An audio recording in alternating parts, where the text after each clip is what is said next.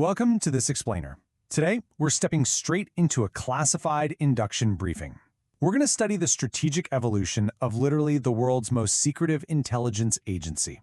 Our source material gives us an absolutely unprecedented look at how this organization builds its operatives, going from their very first day in the shadows all the way to the absolute pinnacle of global power. So, as a cadet in this academic simulation, you've first got to understand the institution you're actually analyzing. The Mossad is an agency that has systematically hunted enemies across decades. All while operating entirely in the shadows, they place operatives around the globe under fake names, fake passports, totally fake lives. Their absolute primary rule: never get caught. And if you do, well, you were never there. This explainer is going to test your judgment through a step-by-step career simulation. Our syllabus today covers Phase 1, Recruitment and Fieldcraft. Then, Phase 2, Direct Action Operations. Phase 3 gets into Regional Station Command. Phase 4 is all about executive moral dilemmas. And finally, Phase 5, the Director's Mandate. All right, let's jump in.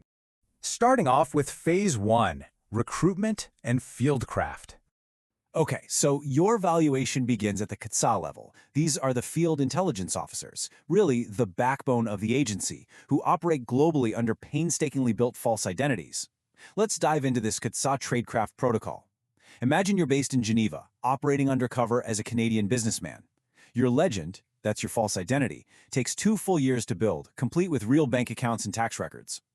But unlike other agencies, your methodology relies heavily on Psionim. It's this incredibly unique network of Jewish volunteers living in foreign countries who provide safe houses and local intel. With their help, you target a Syrian defense official. Over 4 months, you meticulously engineer a friendship, identifying his deepest frustrations and his personal ambitions. And this brings us to a really brilliant illustration of actual fieldcraft. Here's your first test of judgment. You're sitting at dinner with him. Do you make the recruitment ask? If you do, and he rejects you, your entire operational cover is completely blown. Akatsa basically lives in this deeply uncomfortable gray area between genuine friendship and calculated manipulation. The best operatives kind of have to convince themselves there's no difference at all just to secure an asset for the agency. Moving on to Phase 2, Direct Action Operations. Now, for those who show a specific aptitude in the field, the career path shifts drastically. You move from intelligence gathering to the elite, highly classified Kidon unit, which literally translates to bayonet in Hebrew. Look at the sheer historical scale of what this unit has executed. You've got to study these milestones not just as trivia, but as textbook operations. We're talking the capture of Nazi war criminal Adolf Eichmann in Argentina back in 1960. The decade-long Operation Wrath of God following the 1972 Munich Olympics massacre, all the way up to targeted interventions in Dubai and Iran in the 2010s. This is direct action on a massive global scale. The anatomy of these ops is just wildly asymmetric. I mean, you are trained on 20 different foreign firearms for one reason: to completely obscure any ballistic evidence so nothing traces back to the agency. It takes 11 months of rigorous, exhausting logistical prep by a highly specialized team of 8 to 12 people. And the craziest part? It all culminates in just 40 seconds of flawless execution, followed by immediate, completely untraceable exfiltration. So here's the ultimate operational dilemma you'd have to confront. Knowing the extreme psychological weight of actually pulling that trigger, could you execute a targeted killing if you knew it prevented a far greater loss of life? Operators in this unit aren't monsters, right? They're individuals who have made a highly calculated choice that a localized, violent action is justified by the catastrophic events it supposedly prevents. Which brings us to Phase 3, Regional Station Command. If you manage to survive the field, you're brought back to Tel Aviv as a senior case officer. Now, you have to navigate complex departmental politics and evaluate ongoing ops from a clinical distance. Let's test your executive perspective here. Imagine you're presented with a 3-year-old operation file. After a couple days of clinical review, the intel points to a terrifying reality. A high-value source deep inside a hostile neighboring government has likely been compromised. Worse, they've been feeding your agency false information for 18 months. So, what's your play here? Do you actually write the recommendation to burn a massive 3-year operation? In this briefing scenario, you've got to realize something super tricky. Being factually correct is highly dangerous to your career. The agency demands results, but it often punishes the people who expose the costly, embarrassing mistakes of other divisions. You literally have to decide if the truth is worth the political fallout. Assuming you survived that political minefield, you get promoted to head of station in a major European capital. Now your judgment is being tested at a macro level. You're coordinating all national ops from an embassy cover, cautiously managing local intelligence sharing, and triangulating tiny fragments from completely unconnected blind sources. In our source scenario, you successfully uncover an invisible Iranian operative network and have to request a 3 a.m. authorization to dismantle it without a single casualty.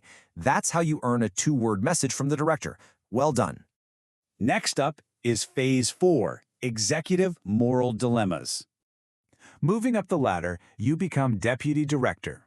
Tactical concerns kind of fade away, replaced entirely by the crushing weight of strategic complexity. 40. That's the number of countries where you are simultaneously overseeing active operations. You're managing hundreds of officers, making calls on massive off-the-books budgets, and literally briefing the Prime Minister. At this level, you're no longer just executing missions, you're the one authorizing them. Picture this. You receive an operation brief with clear intelligence to eliminate a Hezbollah commander. But on the day of the op, conditions change. The execution route suddenly risks moderate civilian casualties in a local market. You are the one who must decide exactly how much collateral damage is acceptable for the sake of national security. This right here is the defining paradox of executive leadership. Do you abort the strike to save civilians today? Because if you do, you know that same surviving commander might order a terror attack that kills your own citizens tomorrow. You carry the blood of those who die because you aborted and those who die if you don't.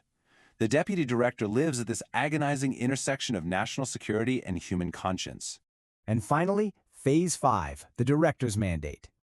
A call from the Prime Minister elevates you to Mossad, the officially acknowledged director. Your actual job description now, the literal survival of the Jewish state. To do this, you have to operate on 2 entirely different geopolitical planes at the exact same time. You're balancing the official map, nations that publicly refuse to recognize or engage with Israel, against the real map. The real map is this massive web of clandestine intelligence sharing, featuring deep, totally unacknowledged security partnerships with unnamed Arab intelligence agencies. So, say you discover one of these unofficial Arab allies has been penetrated by Iranian agents. What do? Do you weaponize this intelligence for your own leverage, or do you pick up an off-the-record phone and warn them? Relying on the judgment you developed decades ago as a Katsa in Geneva, you choose to warn them without an official record. Because in this region, trust is the only currency that actually compounds over time. 100,000. Think about that for a second. That is the number of classified documents your agents managed to successfully steal from an Iranian nuclear archive back in 2018. They broke into a warehouse in Tehran, photographed absolutely everything, and disappeared without leaving a single fingerprint. It literally took months for the hostile capital to even realize they had been compromised. There's this biblical inscription that sits right at the agency's headquarters. Where no counsel is, the people fall, but in the multitude of counselors, there's safety. It completely encapsulates the Mossad's ultimate purpose, right? Operating in the shadows, executing the impossible in total silence. They do the things that will never be spoken of publicly, just so a nation surrounded by enemies can safely sleep at night. Well, you've just made it through this explainer's academic simulation of the world's most feared intelligence service. Take a moment to look back at the incredible psychological and strategic burden required at every single step of this career. From the Katsa making a manipulative ask, to the Kidon triggerman, all the way to the Mossad carrying the weight of an entire nation. So I leave you with this final thought to chew on. Reviewing your decisions throughout this timeline, at which rank would the Mossad have broken you?